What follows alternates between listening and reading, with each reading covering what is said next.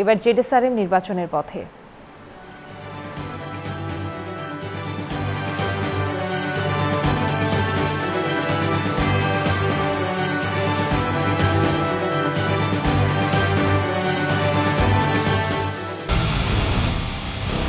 পুরো দেশের মুখে হাসি ফোটাতে নিজেকে হতে হয় স্ট্রং, আর মনোবল হতে হয় স্পাটজিরো। জেডএসআরএম 25 বছরের পথ চলায় নিরাপদে রাখার প্রত্যয়ে।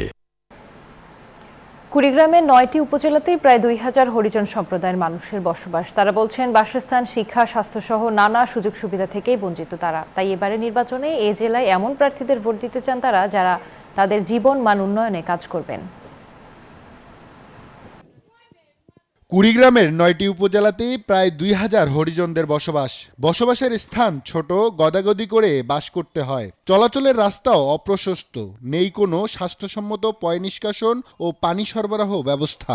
হরিজনরা এতদিন সরকারি বেসরকারি প্রতিষ্ঠানে পরিচ্ছন্ন কর্মী হিসেবে চাকরি পেলেও সেখানে সৃষ্টি হয়েছে নানা প্রতিবন্ধকতা।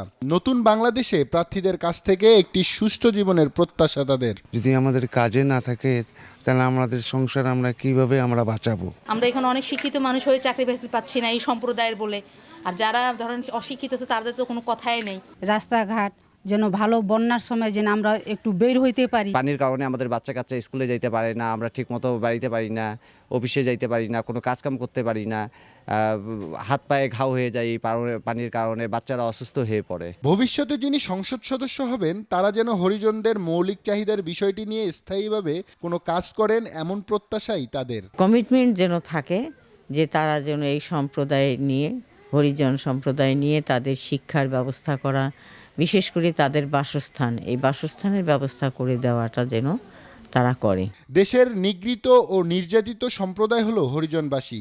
নির্বাচিত প্রতিনিধিদের একটি কার্যকর পরিকল্পনা গ্রহণের মাধ্যমে এই জনগোষ্ঠীর মানুষদের মৌলিক সুবিধাগুলো প্রদানের ব্যবস্থা করা উচিত বলেই মনে করছেন সংশ্লিষ্টরা। এদেরকেও তুলে আনতে গেলে আমাদের উচিত যারা নির্বাচিত প্রতিনিধি হবে, যারা নির্বাচিত হবে তাদের দিকে নজর দেওয়া।